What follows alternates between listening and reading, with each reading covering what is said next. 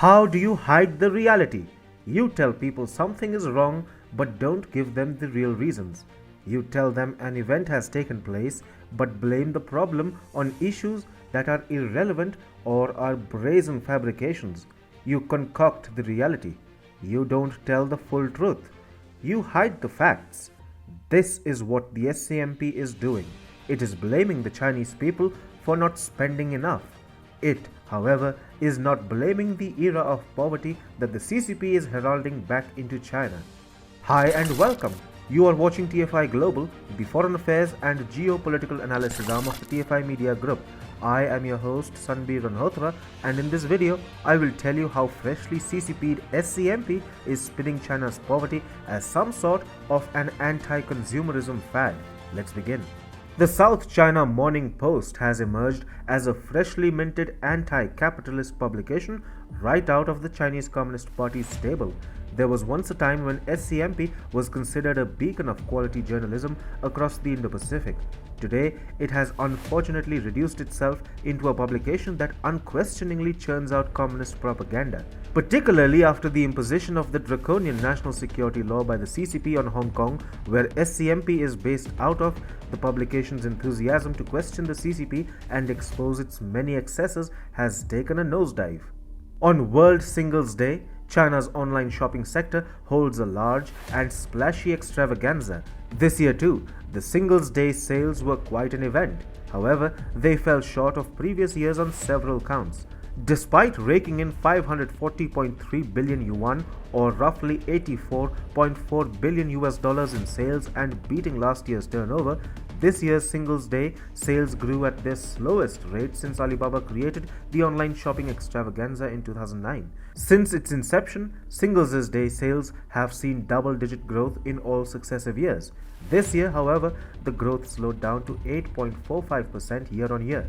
Any normal analysis of such figures would involve a consensus that the spending capacity of Chinese citizens has plummeted due to the many crises which have come to engulf China. Chinese citizens simply do not have enough cash to spend on online shopping festivals.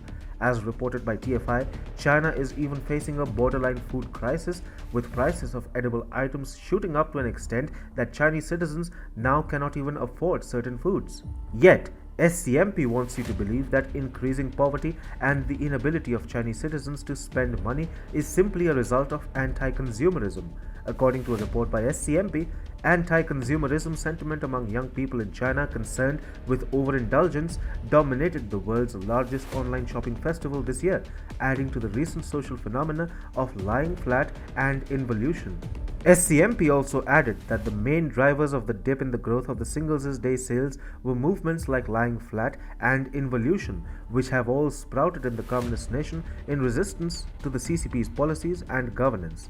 Yet, SCMP, in a brazen attempt to vindicate the CCP, said the two movements are a result of growing dissatisfaction from what is viewed as mindless consumerism, as can be seen in recent social phenomena. To top it all, SCMP said, Singles Day 2021 in China shifts focus from consumerism to social responsibility.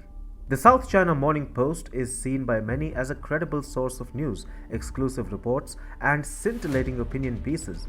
Yet, the fact that the SCMP has two faces is not known to many. While the print version of the newspaper, which is circulated daily in the erstwhile free city of Hong Kong, is excessively turning pro-CCP and pro-Beijing, the digital version of the publication is beginning to tire, putting up a democratic, bipartisan show. On more occasions than one, SCMP slips on its digital self too and unabashedly goes ahead peddling CCP propaganda as credible news. In light of the hounding of Alibaba Group particularly, and the Xi Jinping administration going hammer and tongs against the e-commerce giant, the SCMP is increasingly following the Chinese Communist Party line. It must be remembered that SCMP is owned by Alibaba, and Alibaba in turn has come to be heavily controlled by the CCP. Therefore, the change in SCMP's tone was very much expected. China is at the risk of getting stuck in the middle income trap. The World Bank considers an economy with a per capita income between $1,000 and $12,235 to be a middle income country. China has been in this category for almost 29 years now. Time is evidently slipping out of China's hands. In 2020, China's per capita income was $10,484, and therefore the country needs to pick up growth quickly to escape the middle income trap it finds itself in. Chinese citizens have cut down on shopping and traveling. China's retail sales growth in August was tepid at a humble 2.5%, down significantly from the expected 7%. Even the 7-day holiday from October 1st to October 7th, which usually propels traveling and retail spending in China, witnessed a decline of 5% year on year as fewer Chinese people traveled around. Frequent coronavirus outbreaks, expensive tickets, and a deep economic crisis are ailing China's retail sales. The spending capacity of Chinese citizens has been severely hit due to the CCP's flawed economic policies. So, it is not like Chinese citizens are concerned about the evil campaign of consumerism heralded by big corporations and businesses. The reality is they simply do not have enough money to spend.